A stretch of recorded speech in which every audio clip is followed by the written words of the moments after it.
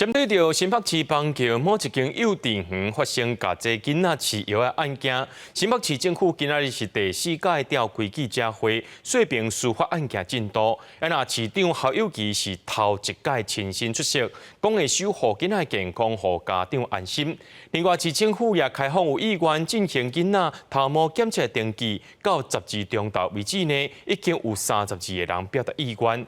检方表示，讲目前有22个人提告，已经送检12份囡仔的头毛，其他的部分有联络家长，到时会当带囡仔去到地检署采样。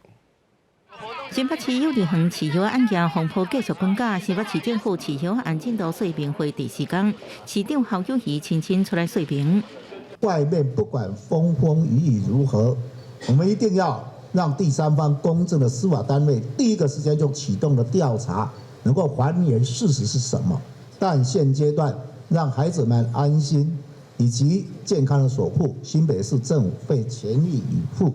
侯友宜指出，医疗部分除了专职病院要接受通知，也针对囡仔受教权甲家长沟通。法律方面，法制局拢甲家长对接，市府也开放有意愿无核检测的家长登记。到12中昼为止，已经有32人表达意愿，其他也在考虑当中。这个询问我们的家长有意愿想要这个检验毛发的这个部分哈，我们就会把这个名单交给这个检察官。头发的检验事实上也有助于这个确认哦，因为头发我们会用非常精细的仪器来做这个检验。另外，这个方法因为比较复杂哦，那比较难做，所以它需要这个时间去开发。另外，也需要反复的验证它的这个检验是正确的。